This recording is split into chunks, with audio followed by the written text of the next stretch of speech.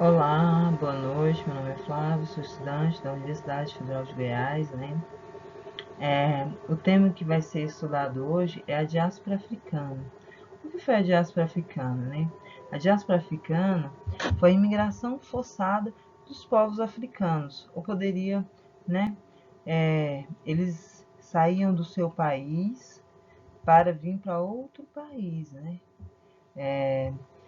E o que ocasionou isso, né? Vamos ver o que caracterizou isso, né?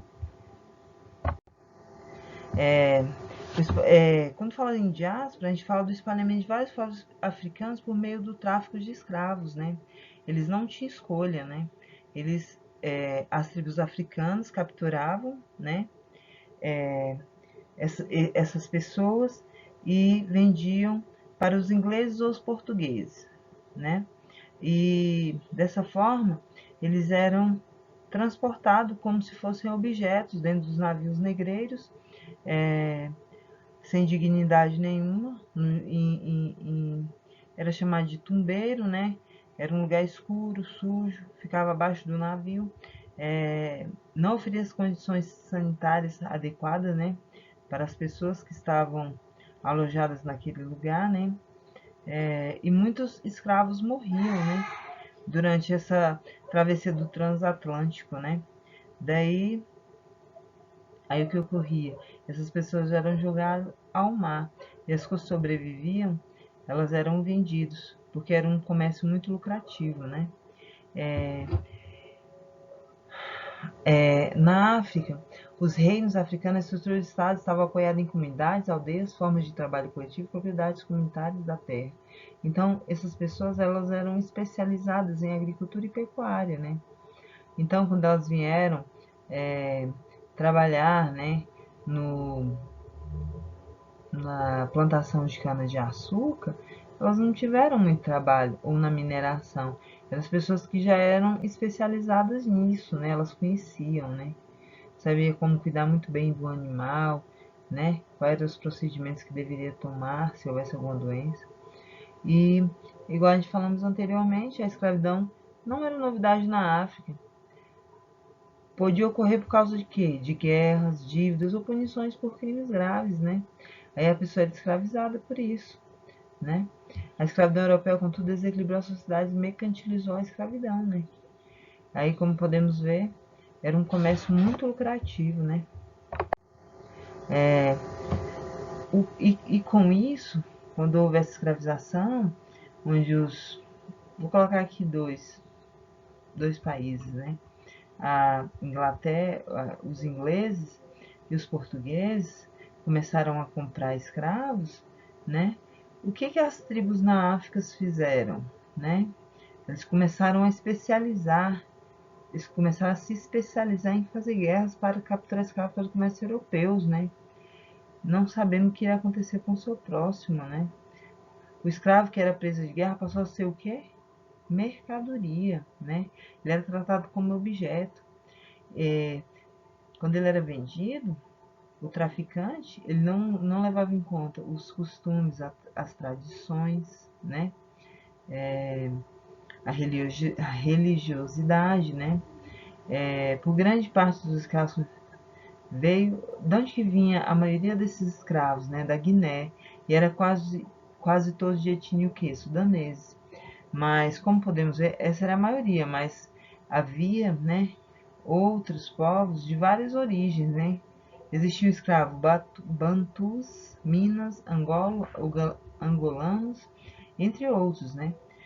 Por que que os traficantes preferiam comprar povos de diferentes línguas, né? Porque dessa forma eles não iriam se rebeliar, né? Contra a violência, né? Contra os maus tratos que eles passavam aqui, né, no Brasil, né? Ele ficava mais fácil. Por que que não contratava outros povos, né? Era mais fácil ter escravo, por quê? Porque era uma mão de obra barata e eles trabalhavam até a exaustão, né? Não tinha limite, né? E quando não trabalhava conforme tinha que ser, eles eram eles apanhavam, sofriam muita violência, né? De todo tipo, né? Seguindo mais adiante, né? Como a gente falamos anteriormente, né? Dos navios negreiros, né? Como eram esses navios negreiros? Como a gente podemos ver aqui na imagem, ó, essa imagem aqui, eram lugares, era um porão que ficava abaixo do navio e esses povos aqui, esses negros, eles eram que acorrentados, amarrados, né? E eles viviam, esse lugar era um lugar sujo, úmido, né? Não existia nenhum tipo de higiene sanitária, né?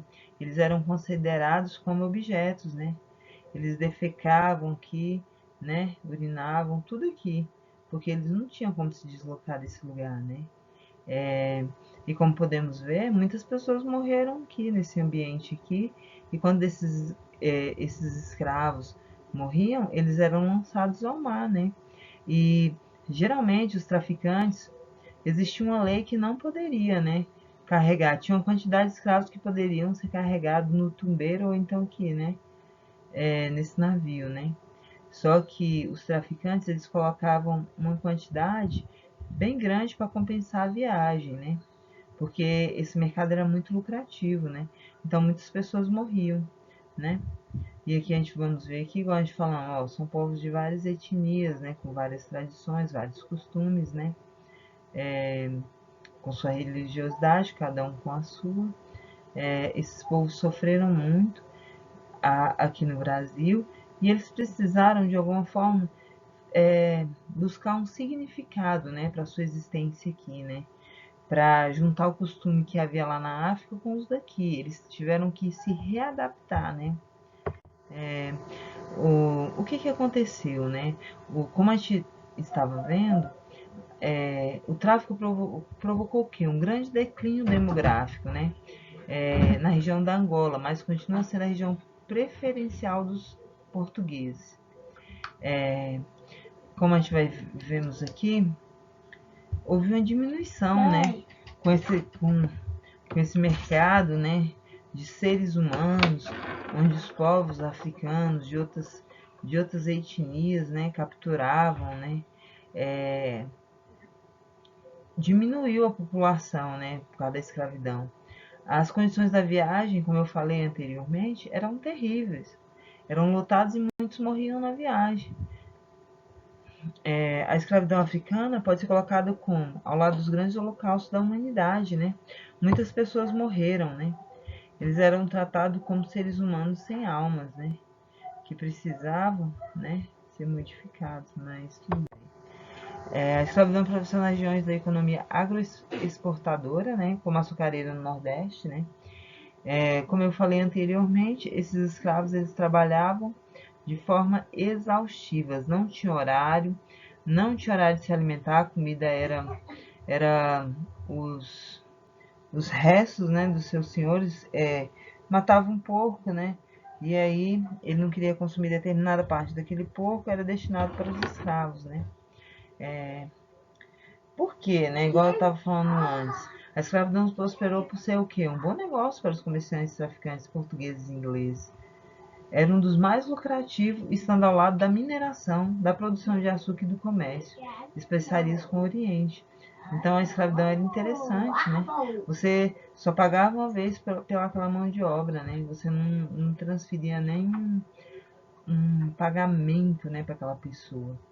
Então ela te servia até chegar à exaustão. E muitas pessoas se rebeliavam, né? Como é que era a sociedade, né? A sociedade escravocrata.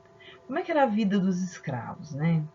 Ele tinha uma vida útil em torno de quê? De 7 a 10 anos, né?